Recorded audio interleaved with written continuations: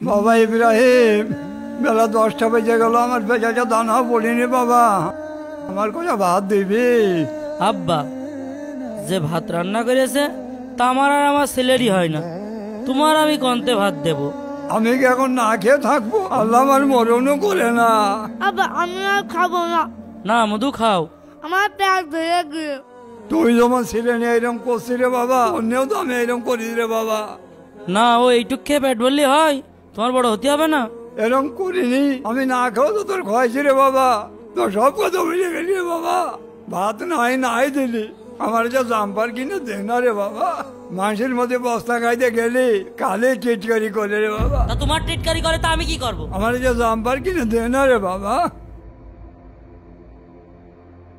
তোমার খাতিও দেবো, পত্তিও দেবো, আবার দেরি দেরি কথা শোনাবা। তোমার ছেলে আমি একা, তুমি আমার জ্বালায়ও না তো। যাও তুমি আমার সামনেতে যাও। বাবা ছেলেকে তো তোর আল্লাহ দিয়েছে এক কান, কেউ না দেখো আল্লাহ একদম দেখছে বাবা। ছেলে যেন ওনার আমি একা, যত সব দায় আমি ঠেকেছি।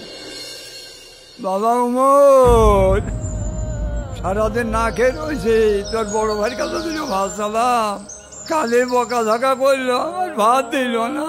দেখো আব্বা, ওই বড় ভাইয়ের ঝামেলার ভিতরে আমার টানবা না। এই চোখের বস্তা খাই দিয়ে মানুষের মধ্যে যায়, মানুষ খালে টিটকারি করে। তোর বড় ভাইয়ের কাছে জাম্বা চালাম, ওরে বকা বকলো, তুই আমার কাছে জাম্পার কিনে দে না বাবা। তুমি যে আমার কাছে জাম্পার চাইছো, আমার জাম্পার কিনে দেয় কিটা? আমার নিজের খরচা নিজেই চলা লাগে। দেখ বাপ, আমি আর সহ্য করতে পারছি না, নয় একটা জাম্পার একটা ভিক্ষাই দে রে বাবা। ধুর, মানে কিছুটা করতে পারি না, কেন্দে ফেলো। আমার বন্ধুদের বাপ হ্যাঁ আইফোন দেয়, মোটরসাইকেল দেয়, আর তুমি সারাদিন আমার কাছে সিয়েই যাও। এই আপদটা মরেও না, ধুর ঝামেলা সব। এই গ্রামের প্রাকৃতিক সৌন্দর্য নিয়ে একটা প্রতিবেদন করতে হবে।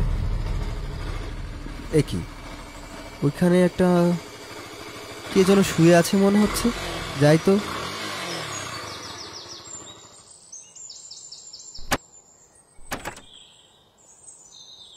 চাচা, আপনি এই খড়ের গাদায় শুয়ে আছেন কেন? কি করবো রে বাবা, আমার তিনটে ছেলে কেউ আমার দেখে না রে বাবা। আরে কাকা, আমি একজন সাংবাদিক, আমি এখন আপনার একটা নিউজ করে দেবো, বুঝলেন? তারপরে এই দেশবাসী দেখার পরে আপনার একটা ভালো ব্যবস্থা হবে ইনশাল্লাহ। সুপ্রিয় দর্শক, আপনারা দেখতে পাচ্ছেন এখানে একজন বাবার বয়সী লোক শুয়ে আছে, তার গায়ে দেখতে পাচ্ছেন একটি থালার বস্তা, মানে পাটের বস্তা পরিয়ে রেখেছে। এমনকি তার 3 ছেলে তাকে নাকি খাবারও দেয় না ঠিক মতো 3 বেলা। এই ভিডিওটি শেয়ার করে সবার কাছে ছড়িয়ে দিন। দাদারা ভিডিও করছে, আমার দাদার ভাইরাল করে দিবা। ইনি তোমার কি হয়? দাদা হয়। তোমার দাদা হয়? হ্যাঁ। তোমার দাদাকে এখানে ফেলে রেখেছো কেন? তা জানি না। তোমরা কোথায় থাকো? আমাদের বাড়ি, আমরা ওই বাড়িতেই থাকি। আর তোমার দাদাকে এখানে ফেলে রেখেছো? তোমার আব্বু কোথায়? ডেকে আনছি। যাও ডেকে নিয়ে আসো। আপনারা এই ফুটেজটির মাধ্যমে ক্লিয়ার হয়ে গেলেন যে তার এই পরিবারের লোকজন তাকে স্বেচ্ছায় এখানে ফেলে রেখেছে এবং তার কোনো দায়িত্বই নেয় না। আব্বা, আব্বা, আব্বা, দাদা নিয়ে কিটা টিকটক ভিডিও বানাচ্ছে। চল, কার এত বড় সাহস আমার বাপের? তোর কাজের সময় চল। তো এই বৃদ্ধ লোকটির জন্য সবাই একটু সহযোগিতার হাত বাড়িয়ে দিন। ওই যে এই ভাই, এই কি করছেন আপনি? কি করছি মানে? এই বৃদ্ধ লোক আপনার কি হয়? এই ভিডিও করছেন কি জন্য? বলেন, এই লোক আপনার কি হয়? আরে এই লোক আমার বাবা ভাই। এই লোক আপনার বাবা হয়? তাহলে এখানে ফেলে রেখেছেন কেন? আরে ভিডিও করছেন, বুঝলাম না, আপনি এমন করছেন কেন? আপনি ক্যামেরা নিতে আসছেন কেন? এই ভাই, আপনি এমন করছেন কেন? সব কিছু রেকর্ড হচ্ছে। আপনি আমার কাছে বাধা দেবেন না, সরেন। আপনি এমন করছেন কেন? আপনি একজন সাংবাদিক, আপনি একজন সাংবাদিক, আপনি আমার সাথে এমন ব্যবহার করতে পারেন না। আপনি এমন ব্যবহার করতে পারেন না। দূর মিয়া। আরে পিচ্চি সরো তো। কি ভাই, সমস্যা কি? আমার ফোনে সব রেকর্ড হচ্ছে। আমার ফোনে সব রেকর্ড হচ্ছে। মিডিয়ায় ছেড়েই দেব। এত বড় সাহস তুই আমার বাড়ির বাড়ি এসে আমার আব্বার ভিডিও করছিস? দেখেন স্যার, আপনাদের ব্যবস্থা আমি করছি। হ্যাঁ, আপনাদের ব্যবস্থা আমি করছি, আমার কাছে সব রেকর্ড আছে। যা অনলাইনে ছাড় গা, যা। আরে যা করবি তাই করগা, যত সব। শোনো আব্বা, তোমার ওই সাংবাদিকদের নিউজ করে কোনো লাভ হবে না। আর তুমি যদি আমার সে কথা কয়ে দাও, তোমার একদম 2 হাত গলা টিপে তোমার মেরে ফেলবা নেন, বুঝতে পেরেছো? আমার গলা টিপে মেরেই ফেল, নাই একটু করে বিষ এনে তো আমি খাইয়ে মরি। আমি আর সহ্য করতে পারছি না রে বাবা। সুমন্দির বুড়ো হারামি।